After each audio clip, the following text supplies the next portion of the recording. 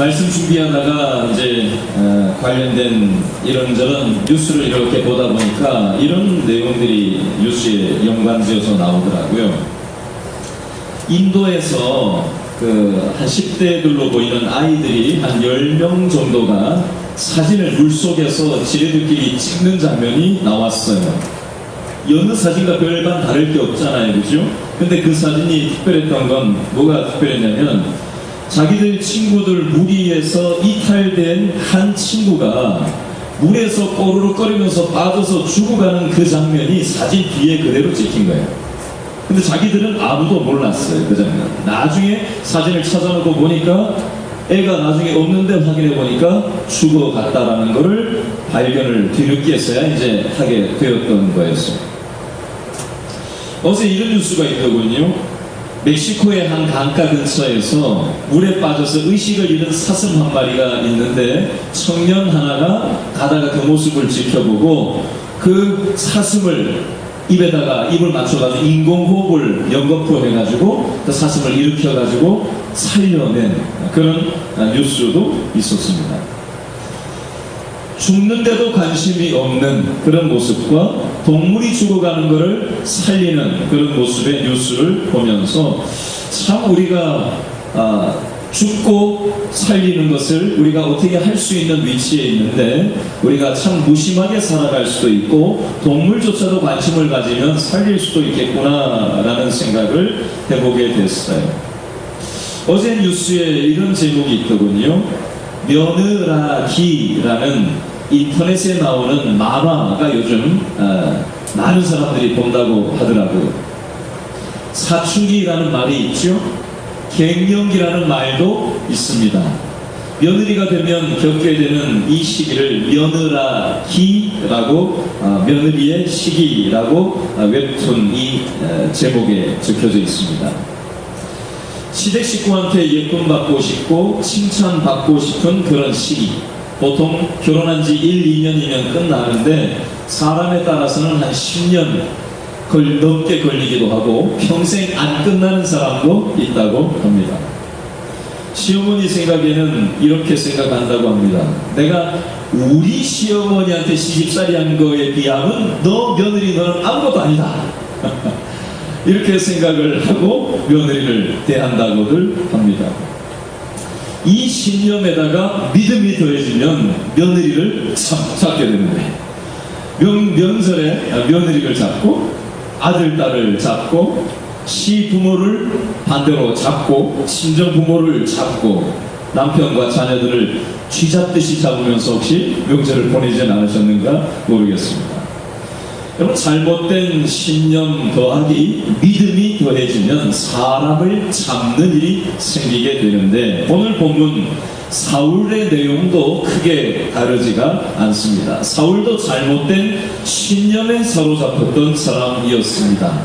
예수 믿는 사람은 가짜다라는 자기 신념을 더하기 믿음을 가지고 예수 믿는 사람을 잡아 죽이려고 살았던 인생이 사람 잡는 인생이 바로 사울의 인생이었습니다. 심지어 북쪽에 있는 다메섹 210km 북쪽 지점에 있는 다메섹까지 가서 체포영장을 발부받아서 거기까지 가서 예수 믿는 사람을 잡아 죽이려고 자기 신념과 잘못된 믿음을 가지고 예수 믿는 사람을 잡아 죽이려고 다니던 인생이 바로 사울이라는 사람입니다.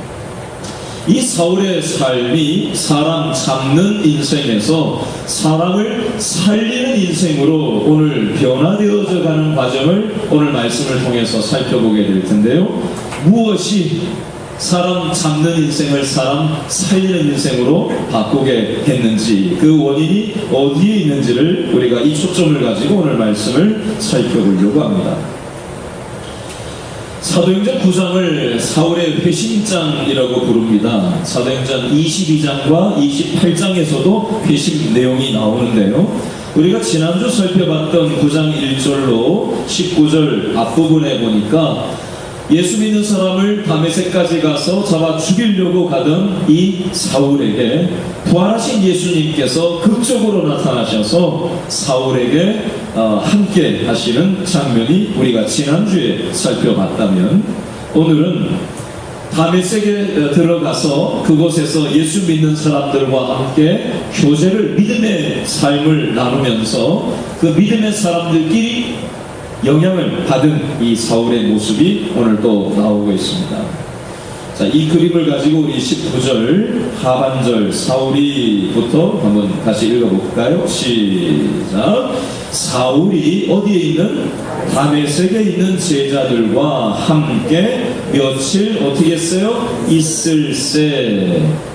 다른 말로 하면 예수 믿는 사람들끼리, 요즘으로 치면 교회 교인들끼리 믿음의 교제를 나누고 은혜 받은 얘기를 나누고, 명절에 모이면 예수 믿는 집안 식구들끼리는 지난번에 우리 교회에서 이런 은혜를 부흥회 때 이런 은혜를 받았다고, 교회에서 이런 어떤 사람이 어려움이 있었는데 기도했더니 이런 기도 응답을 하나님이 하셨다고, 이런저런 간증을 나누고 신앙의 체험을 나누고 그런저런 얘기를 하다 보면 믿음이 없어집니까? 믿음이 더 생겨집니까? 믿음이 더 생겨지는 마음이 생기잖아요. 그렇죠?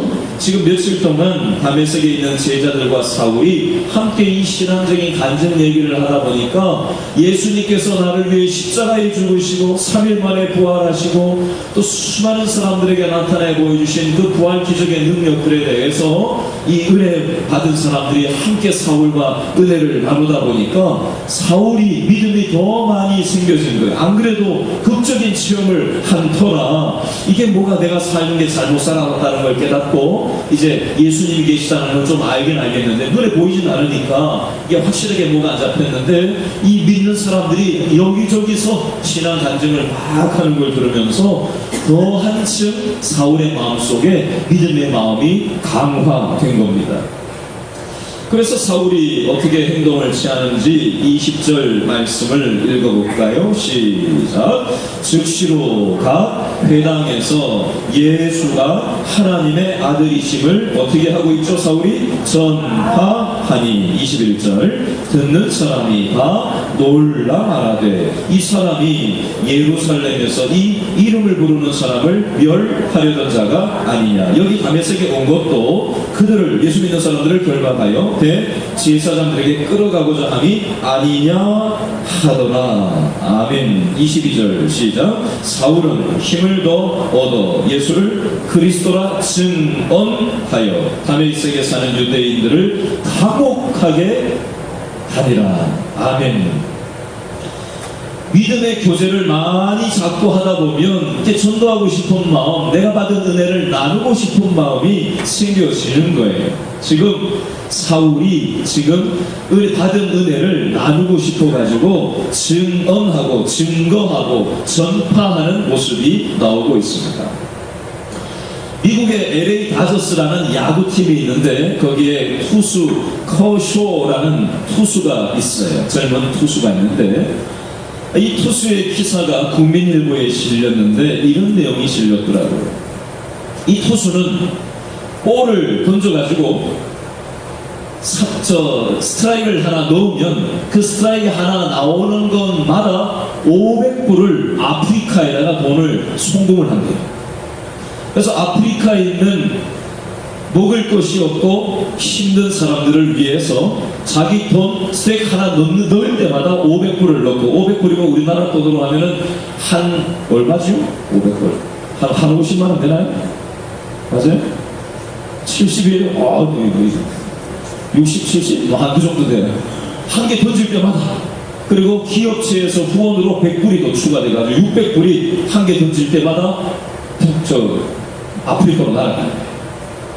이 사람은 신혼여행도 환경 좋은 데로 간 게 아니라 자기 부인하고 신혼여행을 아프리카로 날아가가지고 봉사를 하고 왔어요. 얼마나 자기 삶을 즐기고 싶겠어요. 돈이 없는 사람이 아니거든요. 근데 돈을 쓰고 내가 원하는 행복한 삶보다 하나님의 예수님이 나한테 주신 이 가치 있는 삶이 세상 그 어떤 것과도 맞바꿀 수 없다는 것을 너무 명확하게 그 은혜를 주체할 수 없어서 신혼여행조차도 아프리카에 봉사를 갈 만큼 하나님이 주신 마음에 꽉 사로잡혀 있는 그런 투수예요. 목사님도 아니고 선교사도 아니고 투수예요. 여러분 19절 말씀에 다메섹에 있는 제자들과 사울이 함께 며칠을 머물고 친항이 교제를 했다고 되어 있는데 그 사람들의 이름이 누구였는지 이름은 표현을 하고 있지 않아요. 누구하고 교제했는지 이름을 써놓지를 않았어요. 다른 말로 하면 무명의 그리스도인들이에요. 무명의 그리스도인들이 사울에게 어떤 영향을 미쳤다는 거지요? 믿음이 더 강화될 수 있도록 은혜의 통로로 이 무명의 다메섹에 있던 그리스도인들이 영향을 줬다라는 겁니다. 명절에 우리가 친지들을 만나도 믿음의 영향을 받아가지고 야 내가 교회 나가고 싶다라고 마음이 들게 영향을 주는 사람이 있고 저럴라고 마음으로 교회 나가나 싶은 마음이 들게끔 만드는 사람도 있습니다. 다메섹에 있는 이 제자들은 사울의 마음에 교회 나가고 싶은 마음, 심지어 전도하고 싶은 마음이 꽉 들어차게끔 만들어서 20절에 보니까 즉시 유대인 회당에 뛰쳐들어가서 예수를 전했다라고 되었습니다. 그래서 22절 다메섹에 사는 유대인들이 사울의 이 모습을 보고 아니 저 사람 예수 믿는 사람들을 핍박하고 죽였던 사람이고 예루살렘에서 북쪽 210km 떨어져 있는 우리가 살아가는 이 다메섹까지 체포영장 발부받아 온 사람이 아니냐. 근데 저 사람이 어떻게 예수를 전도하는 사람으로 바뀌었냐, 이게 도대체 무슨 일이 이런 일이 다 있냐 하면서 당혹스럽게 놀라하면서 사람들이 이게 뭔 일이냐 하면서 황당하게 여기는 장면이 나오고 있더라는 것입니다. 어제 저녁 8시 한 30분쯤에 저에게 우리 교회 권사님 한 분이 전화가 왔어요. 목사님 왜요? 그랬더니 지난주에 바자회를 하고 난 다음에 오늘 결산을 한다고 모여가지고 낮에 청소를 하고 좀 쉬었다가 밤 8시 반이 넘어서까지 여러분이 모여가지고 그걸 돈 계산을 하고 정리를 하고 해가지고 그걸 저한테 보내온 거예요. 식사는 하셨어요? 식사 못했대요. 아니 요즘 그 식사도 못하고 그러고 계시면 어떻게 해요? 이거 오늘 맞춰야 될 것 같아서 이렇게 했어요. 낮부터 밤 늦은 시간까지. 지금 연휴 기간이잖아요. 그죠? 연휴 기간이란 말이에요. 근데 나와서 청소까지 하고 또 나와가지고 그 일을 하는 그 무명의 성도들의 그 헌신과 그 수고를 보면서 제가 그 얘기를 가만히 듣고는 참 감사한 기도를 하나님께 올렸어요. 그리고 또 이런 얘기도 하더라고요. 작년까지는 바자회를 3일 동안 했는데 올해부터는 2일로 줄였거든요. 그래서 이게 수익이 줄어들어서 더 많은 일에 봉사를 하고 돈을 써야 되는데 그렇게 못하면 어떻게 하나라는 마음이 있었는데 목사님 작년에 3일 한 것보다 올해 2일 한 게 순수익이 더 많아졌어요. 그리고 고춧값은 판 거는 합치지도 않았는데 그거 빼고도 순수익이 더 많아졌어요 라는 얘기를 해왔어요. 그래서 이게 하나님의 은혜가 아닌가 하는 생각을 해보게 되었어요. 바자회 때 얼마나 많은 분들이 와가지고 바쁘고 힘들고 관절도 안 좋고 바쁜 일들이 있는데 다 달려들어가지고 그냥 기쁘게 우리가 함께 했어요. 그죠? 그 이름 모를 수고와 남 모르는 헌신과 출근하다 말고 와가지고 아침 밥도 못 먹고 출근하시는 분도 있었고요. 비 맞으면서 일하기도 하고 이렇게 저렇게 함께 합심하여서 11월 19일 날 44년 동안 우리 김신교회를 거쳐갔다가 지금 신앙생활하고 있지 않는 분들을 우리가 티켓을 내돈들여 사가지고 그분들을 어떻게든지 초대해서 그분들한테 음식을 대접하고 섬기고 우리에게 주신 이 하나님의 마음을 어떻게든지 좀 전달을 하려고 우리가 이 바자회를 한 거 아니에요. 그죠? 이런저런 것들을 통해서 하나님께서 하나님의 일들을 해 가시는 거예요. 어제 아침에 9시 50분이 됐는데 어떤 분이 저한테 전화를 했어요. 목사님 교회 들어가야 되는데 문이 잠겼는데 번호를 좀 알려주세요. 누군가 가만히 얘기를 들어갔더니 교회에서 굉장히 멀리 사시는 분인데 청소를 하러 그 시간에 제일 먼저 오신 거였어요. 여러분, 그 마음 속에 하나님이 주신 그 마음, 교회 사랑하는 마음, 예수님 사랑하는 마음, 성도들을 섬기고 함께 믿음으로 일고 가려고 하는 그 마음이 있었기에 이렇게 헌신하고 함께 우리가 노력을 하는 겁니다. 여러분, 다메섹에 이름 없는 이 그리스도인들의 믿음의 도움으로 인해서 사울의 인생은 사람 잡는 인생에서 사람을 살리는 인생으로 변화되어져 가는데 도움이, 이름 없는 성도들의 헌신이 도움이 되었다라는 사실입니다. 두 번째 교훈을 한번 살펴볼 텐데요. 자, 23절 말씀을 살펴볼까요? 23절, 4절, 5절까지 이어서 읽어보겠습니다. 시작. 여러 날이 지나매 유대인들이 사울 어떻게 해요? 죽이기를 공모하더니 그 계교가 사울에게 알려지니라. 그들이 그를 어떻게 해요? 죽이려고 밤낮으로 성문까지 지키거늘. 누가요? 그의 제자들이 밤에 사울을 광주리에 담아 성벽에서 달아내리니라. 아멘. 23, 4, 5절의 배경이 되는 성은 다메섹이라는 지역에 있는 다메섹 성 안에 있는 유대인들 공동체를 배경으로 하고 있습니다. 이 유대인들이 사울을 죽이려고 작당 모의를 공모를 하는 장면이 나오고 있습니다. 심지어 24절에 보니까 유대인들이 사울 그를 죽이려고 밤과 낮으로 성문까지 돈으로 병사들을 매수를 해서 사울이 인상착의가 이렇게 되니까 그놈 나타나면 우리한테 첩보를 알려줘서 이놈이 다메섹 성으로 밖으로 빠져나가지 못하도록 우리한테 알려줘야 된다라고까지 밤낮으로 고초를 세우고 매수를 해서 사울을 죽이려고 유대인들이 혈안이 되어 있었습니다. 여러분, 우리가 믿음의 삶을 살다 보면 반대가 올 때가 있습니다. 감정이 상할 때가 오기도 하고요, 우리 친지가 우리를 나가서기도 하고요, 배우자나 자녀나 여러 가지 연관된 삶의 상황들이 믿음의 삶을 진행하는 데 있어서 이런저런 것들이 방해물로 다가올 때가 있습니다.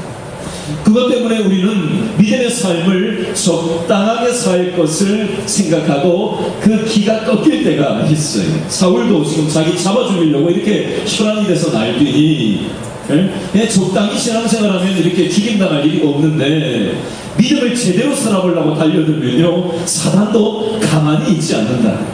비상사태가 열린단 말이에요.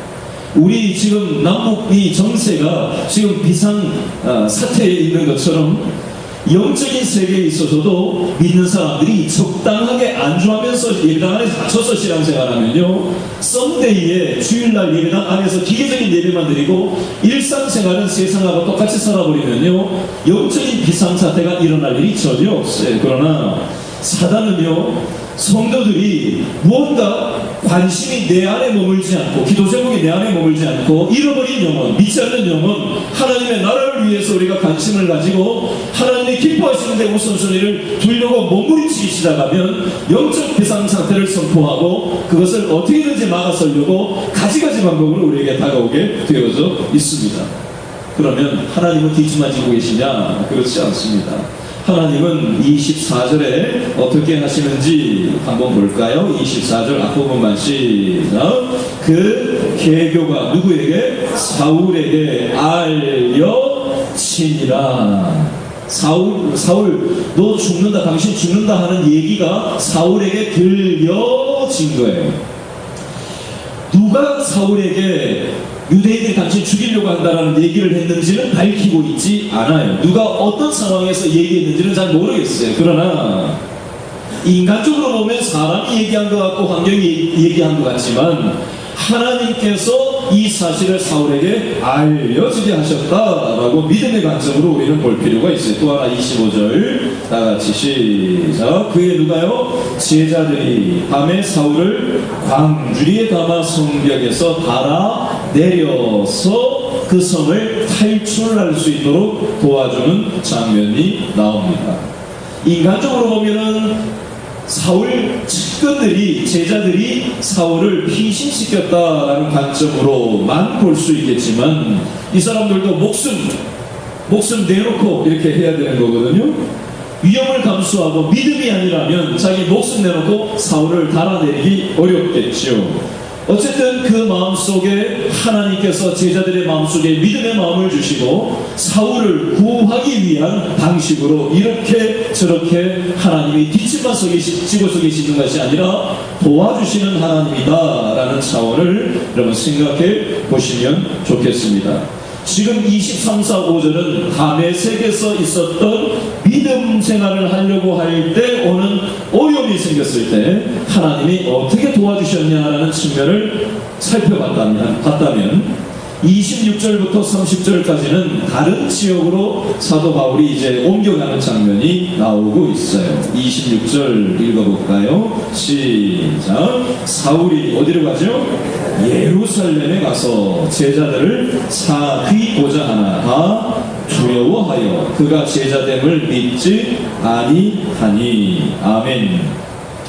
여러분, 사울의 입장에서 한번 생각해 보실래요? 사울은 예수 믿는 사람들 잡아 죽이려고 210km 북쪽에 있는 다메섹까지 갈 정도로 예수 믿는 사람을 잡아 죽이려고 했던 사람인데 완전히 뒤집어져 가지고 예수를 전하는 사람으로 바뀌어졌고, 그것 때문에 다메섹 유대인 공동체로부터 죽임당하는 것을 피신해서 남쪽에 있던 210km 지점에 있는 예루살렘 공동체로 와서 예수 믿는 사람들과 함께 신앙의 교제를 나눌 것을 기대하고 와서, 내가 옛날에는 이랬던 사람인데 지금은 다메섹에서 예수님 만나고 목숨 구하러 전도하다가 피신해서 여기까지 왔으니 나를 믿어달라라고 사울이 믿음의 사람들한테 얘기했더니 이 사람들이 믿었어요? 안 믿었어요? 믿지 않았습니다. 두려워했어요. 왜요? 여러분, 시간의 흐름이 성경에서는 표현이 안 되어 있는데 다메섹에 갔다가 예루살렘 내려오기까지 벌써 몇 년이 지났냐면 3년이라는 시간이 이미 흘러 있습니다. 이 예루살렘에 살던 사람들의 입장에서 여러분 생각해 보셔야 돼요. 옛날에 사울은 어떤 사람이었죠? 예수 믿는 사람들을 잡아서 죽이던 사람이었고, 체포영장 받아가지고 북쪽에 있는 다메섹까지 가서 예수 믿는 사람 잡아 죽이겠다고 3년 전에 갔던 사람인데, 3년 지나서 그 사람이 와서 하는 얘기가 나 예수 믿고 사람 바뀌었으니 나를 믿어라 하는데 그걸 믿겠어요? 여러분 같으면 안 믿겠어요. 믿기 쉽지 않겠잖아요. 왜냐하면 이 사람 바뀌었다고 해놓고 신분 숨겼다가 우리를 잡아가려고 지금 저렇게 하는 거다라고 생각하기 쉽지 않겠어요? 그래서 지금 안 믿는 거예요. 어쨌든 사울의 입장에서 한번 생각해 보세요. 나는 바뀌었는데 예수 믿는 사람들이 나를 안 믿어주는 거예요. 여러분, 이거 적용해서 이렇게 한번 생각해 볼까요? 교회 안 다니는 사람들이 나한테 힘들게 하는 것보다 교회 안에 있는 식구들끼리 인간적인 모습이 보이면 더 낙심이 될 때가 있습니까? 없습니까? 교회 다니다가 상처받을 때가 조금 있어요? 없어요? 아니, 교회 다니는 사람이 왜 이러냐 말이야. 그죠? 지금 사울의 마음속에 같이 신앙생활하는 사람들이 사울을 믿어주지 않으니 이 답답하고 이걸 뭐 어떻게 속을 뭐 열어 보일 수도 없고 가슴을 열어 보일 수도 없고 이걸 어쩌겠다는 거예요. 자, 이런 사울의 입장이 반전이 일어나는 장면이 나오는데요. 자, 28절을 읽어볼까요? 28절 시작. 사울이 누구와 함께? 제자들과 함께 있어 어디에요? 예루살렘에 출입하며, 다른 말로 하면 이 예수 믿는 사람들이 사울하고 이제 친하게 지낸다는 거예요? 안 지낸다는 거예요? 친하게 지낸다는 거예요. 사울을 이제 믿게 됐다는 얘기를 하는 겁니다. 그러면 26절에는 거짓말인 줄 알고 자기들 잡아 죽이려고 거짓말하는 건지 알고 믿지 않고 두려워했는데 한 절 건너서 28절에 제자들과 함께 있어서 예루살렘을 출입했다는 얘기가 도대체 무슨 얘기인가?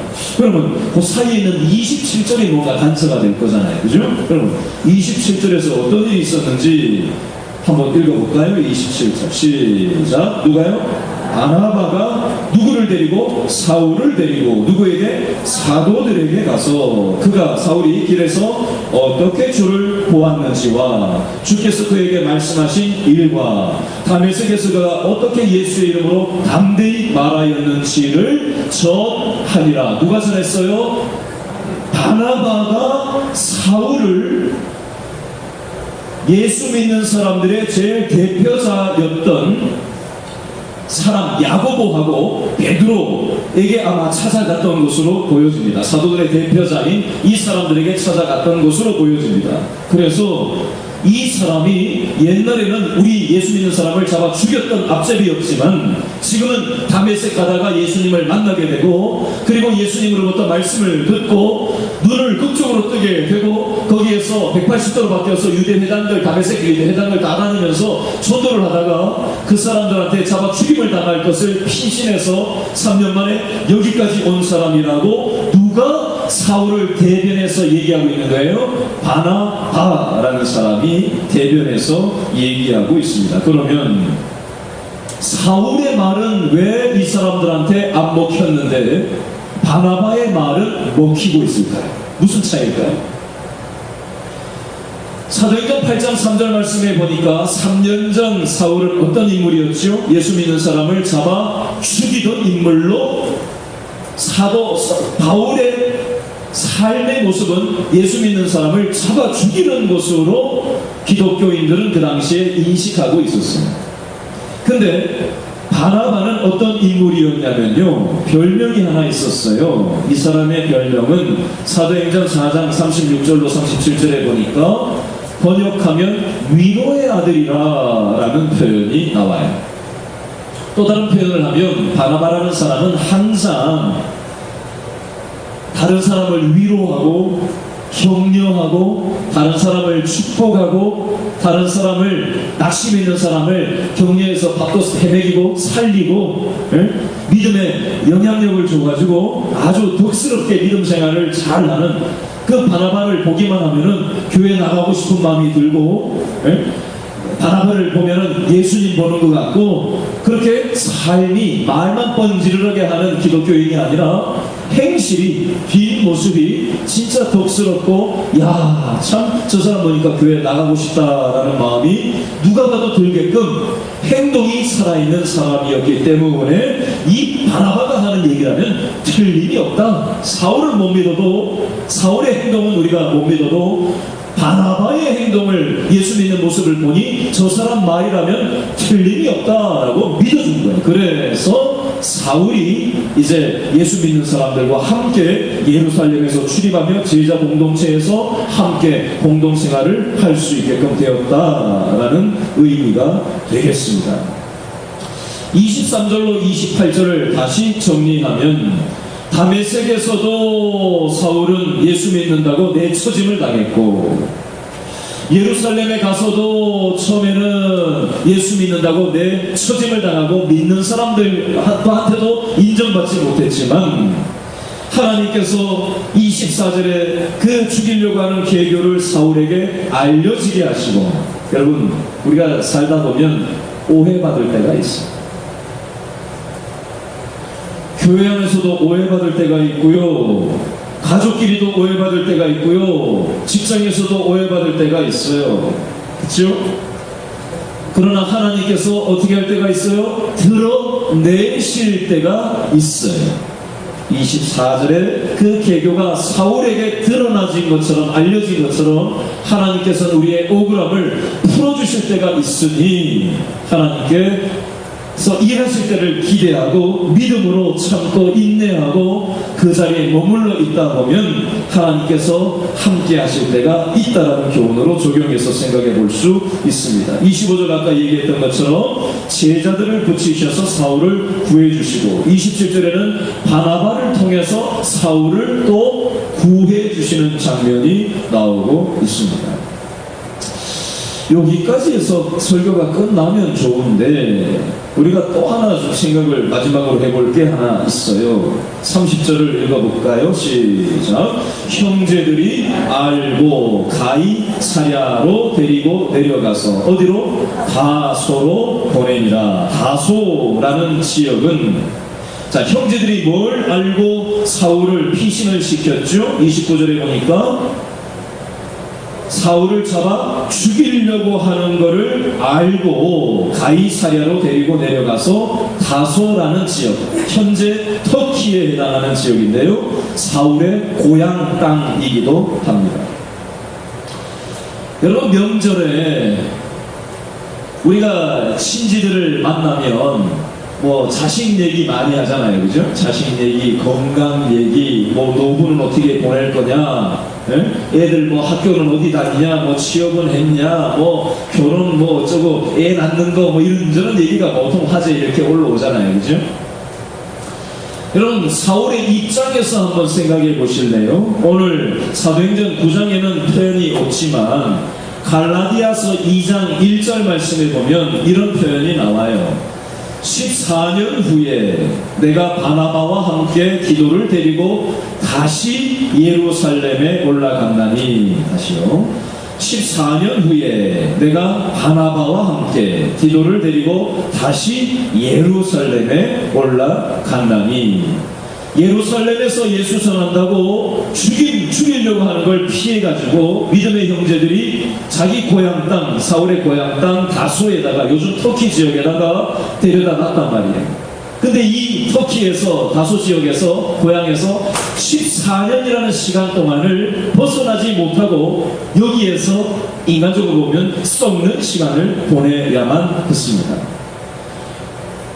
이해하기 쉽게 이렇게 한번 얘기해 볼까요? 명절에 만나면 우리가 이렇게 얘기하는 거 있잖아요. 누구네 자식이 서울 가서 사업하다가 뭐 어찌 돼서 지금 낙향에서 와가지고 뭐 살고 있다 그러잖아. 그래서 쏠쏠거리고 뭐 이런 거 있잖아요. 그죠? 여러분, 사울이 지금 그 당시에 엄청난 학문을 배우고 잘 나가다가 낙향에서 고향 땅 다소에 와서 14년 동안 지금 그 땅에 머물러 있었으니 동네 사람들이 사울을 향해서 뒤에다 대고 쑥덕쑥덕 거리지 않았을까요? 사울이 어쨌다더라 뭐 없는 말도 지어내가지고 그냥 이런저런 얘기를 해서 속을 뒤집어 놓지 않았을까요? 사울 스스로도 내가 예수 믿기 전에는 잘 나갔는데 괜히 예수 믿어가지고 사람들이 가는 데마다 다메섹에서도 나를 잡아 죽이려고 하지, 예루살렘에 갔는데도 잡아 죽이려고 하지. 물론 하나님이 은혜 주신 것도 부분 있기는 하지만 이게 내 삶이 이게 도대체 뭐냐, 내가 도대체 언제까지 내 고향 땅에서 썩어야 되나. 동네 사람들은 수근수근 거리지, 집에서도 별로 달가워하지 않지. 이 뭐하는 시간들인가.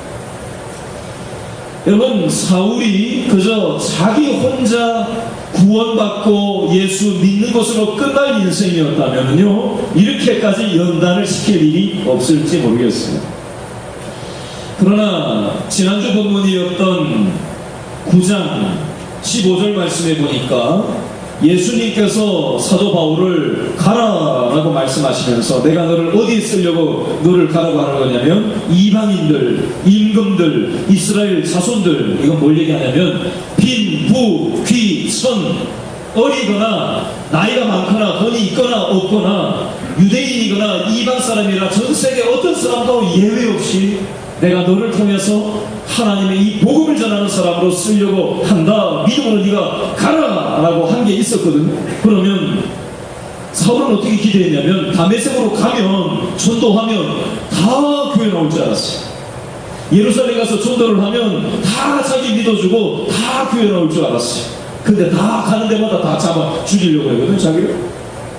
그리고 자기 고향 땅에 가서 14년을 썩었으니 사울의 마음속에 내가 예수 믿어서 좋아진 게 뭐 있냐라는 생각이 한 번쯤 적어도 들 법하지 않았을까요? 많이 들 수도 있었을 것이요. 여러분, 이건 사도 바울에게만 해당되는 내용이 아니에요. 하나님은 저와 여러분들을 예수 믿게 하시고 그것으로 끝낼 생각이 별로 없으세요. 죄송합니다. 우리를 예수 믿게 하시고 난 다음에 하나님은 우리를 훈련하셔서 하나님을 알지 못하는 사람들에게 우리를 파송하기를 원하셔요. 우리의 가정으로 보내기를 원하시고, 명절 만나는 우리 친지들에게 보내기를 원하시고, 우리 직장 동료에게 보내기를 원하셔요. 그러려면, 그 일을 감당을 하려면 우리가 믿음의 근육이 강화가 돼야 돼요. 뭐가 근육이 있어야지 힘을 쓸 거 아니에요? 믿음의 근육이 생겨야 믿음의 힘을 쓸 거 아니에요? 전도에 힘을 쓰려면 내가 훈련되지 않고 무슨 다른 사람한테 전하겠어? 내 코가 석자인데 뭘 다른 사람한테 전달을 하겠냐? 그래서 이 죽을 고비를 넘기게 하시고, 가는 데마다 죽을 고비를 넘기게 하시고, 그러나 그 속에서 하나님께서 사람을 통해서 깨닫게 하시고 상황을 열어주시고 막혔던 걸 풀어주시는 은혜 경험들을 하게 하면서 여기까지 왔는데, 이번에는 14년짜리 훈련을 시키십니다. 도대체 이게 무슨 의미가 있는 시간일까 싶은 그 시간을 하나님께서 왜 겪게 하시느냐? 따라합니다. 풋 그리스도인을, 풋사과를 익은 사과로 만드는 시간이다. 풋 그리스도인을 익은 그리스도인으로 만드는 시간이다. 여러분, 봄은 그냥 오는 게 아닙니다. 추운 겨울이 있고, 그리고 봄이, 따뜻한 봄이 오는 거예요. 인생에 겨울이 있어야 인생의 봄의 의미를 우리는 만끽할 수 있고 열매맺는 인생을 살아갈 수가 있습니다. 혹시 인생의 추운 겨울을 지금 통과하시는 분 계십니까? 재정 문제로, 건강 문제로, 관계 문제로, 가지가지 인생의 문제로 추운 인생의 겨울을 통과하시는 분 계십니까? 여러분, 우리나라는 사계절이 있는 것처럼 추운 겨울 뒤에 뭐가 와요? 봄이 올 때가 있어요. 여름이 올 때가 있어요. 가을이 올 때가 있어요. 이 하나님의 자연의 섭리를 어떤 것도 거스를 수가 없습니다. 여러분, 하나님을 가로막는 이 세상의 모든 것들은 영원히 그걸 가로막고 서 있을 것 같지만, 하나님의 때가 되면 하나님께서 드러내실 때가 있고, 하나님이 때가 되면 도와주실 때가 있고, 하나님께서 때가 되면 열어주실 때가 있다는 사실을 기억하고, 오늘 우리에게 주어진 삶을 믿음의 관점으로 바라보고, 하나님께서 나에게 원하시는 삶이 무엇인지 그 하나님의 바람 앞에 순종하는 저와 여러분 다 될 수 있기를 바랍니다. 기도하겠습니다. 세상적으로 잘 나가던 사울, 그러나 자기 신념을 믿고 사람을 잡는 인생을 살았던 사울을 하나님께서는 찾아오셔서 그 영혼을 뒤집으셔서 사람을 살리는 인생으로 변화시켜 주시고, 믿음의 사람들을 붙여주시고, 하나님께서 사람을 붙이시고 환경을 열어주시고 훈련하셔서 수많은 잃어버린 영혼들을 살리기를 원하시는 아버지 하나님, 우리 모든 길신의 성도들이 나만 구원받고 나만 천국 가고 나만 이 땅에서 영원히 천년만년 잘 먹고 잘 살게 해달라고 기도하는 이기적인 그리스도인들이 아니라 하나님의 마음을 시원케 하는 그리스도인으로 살아가게 도와주옵소서. 입만 잘 얘기하는, 말만 잘 들어놓는 그리스도인이 아니라 우리의 뒷모습이 믿지 않는 친지들의 모습 속에서 봤을 때 저 사람 보니까 틀림없이 하나님이 살아계시다, 저 사람 행동을 보니까 하나님이 계신 것 같다, 교회에 나가고 싶은 마음이 생겨질 수 있는 그런 은혜가 우리 길신의 성도들의 삶을 통해 일어나게 도와주옵소서. 이런 믿음을 가진 무명의 그리스도인들을 통해서 오늘도 이 지역사회에 있는 죽어져 있는 수많은 잃어버린 영혼들을 살리기를 원하시는 아버지 하나님, 그 하나님의 부름 앞에 믿음으로 반응하며 믿음의 근육을 강화시켜서 하나님의 마음을 시원케 하는, 세상을 놀라게 하는 그리스도인들 가되게 도와주시옵소서. 모든 것이 하나님의 것인 줄 알아 그 중에 일부를 11조로 감사 예물로, 구제 예물로, 선교 예물로 구별하여 드리오니 이 예물을 통해 수많은 죽어있는 영혼을 살리는 일에 아름답게 쓰임받게 도와주시옵소서. 청년 실업이 IMF보다 더 많이 있다라는 통계 보고가 나오고 있는 경기가 좋지 않은 상황 가운데 있습니다. 우리 청년들, 젊은 세대들, 아버지 가장들 불쌍히 여겨주시고 아버지 피눈물 나는 삶의 경쟁과 현실 속에 지치고 괜찮은 척 멀쩡한 척 어깨에 힘주고 앉아있지만 그 마음속에 두렵고 불투명한 미래로 인해서 두려워하고 힘겨워하는 그 상한 마음을 하나님 이 시간 찾아와 주시고 어루만져 주시고 불쌍히 여겨주셔서 하나님 안에서 잘 되는 법이 있도록 인도하여 주시옵소서. 예수님의 이름으로 기도합니다. 아멘.